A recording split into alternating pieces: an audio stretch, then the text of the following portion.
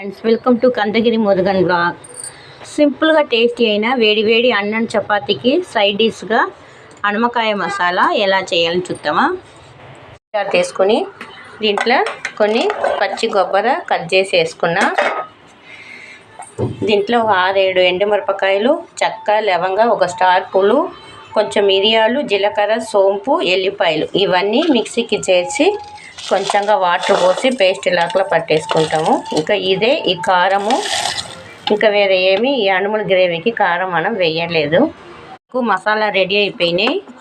ఇంత మెత్తగా పట్టేసుకోకలే, గ్రేవీ కావాలి కదా. ఇప్పుడు ఇది పక్కకు పెట్టేసి ఆనియన్ టమాటా కట్ చేసుకుంటాం.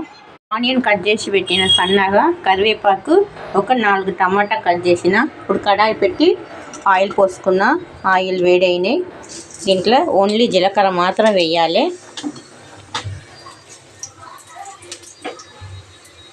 జీలకర్ర వేగిన తర్వాత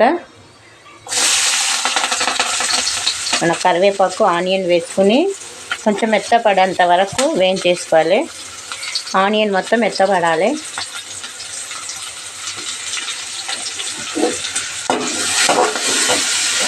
ఇప్పుడు ఆనియన్ మొత్తం వేగినాయి. ఇప్పుడు దీంట్లో మనం కట్ చేసి పెట్టుకున్న టమాటా,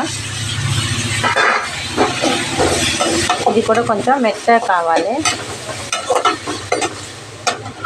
ఇప్పుడు మనకు టమాటా కూడా చూడండి ఎంత బాగా మొత్తం మగ్గిపోయినాయి.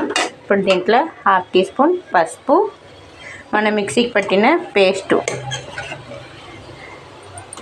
నేనైతే ఇది అనపకాయకి చేస్తున్నా ఈ గ్రేవీ. ఇప్పుడు దీంట్లోనే మీరు బంగాళదుంపలతో కూడా చేయొచ్చు, కాలీఫ్లవర్ చేయొచ్చు, వెజిటేబుల్ చేయొచ్చు, మటన్ గ్రేవీ కూడా ఇది ఇలాంటి మసాలా యాడ్ చేయొచ్చు. చాలా బాగుంటుంది. మనం సపరేట్గా దీంట్లో ఎలాంటి కారం, గరం మసాలా ఏం వేయొద్దు. దీంట్లోనే అన్నీ మొత్తం ఉన్నాయి. మొత్తం గ్రేవీ మసులుతున్నాయి. ఇప్పుడు దీంట్లో మనం శుభ్రం చేసి పెట్టుకున్న అనమకాయని దీంట్లో వేసుకోవాలి. ఇప్పుడు ఇది మొత్తం కలిపేసి ఉప్పు, కారం అని చెక్ చేసుకుని మనం కుక్కర్లో వేసి ఒక 3 విజిల్ రావాలి. అప్పుడు గ్రేవీ అనేది మనకు రెడీ అయిపోతాయి. ఇప్పుడు మొత్తం నేను కుక్కర్కి ట్రాన్స్ఫర్ చేసిన. ఇప్పుడు ఉప్పు కూడా సరిపోతలేదు, కొంచెం వేసుకున్నా.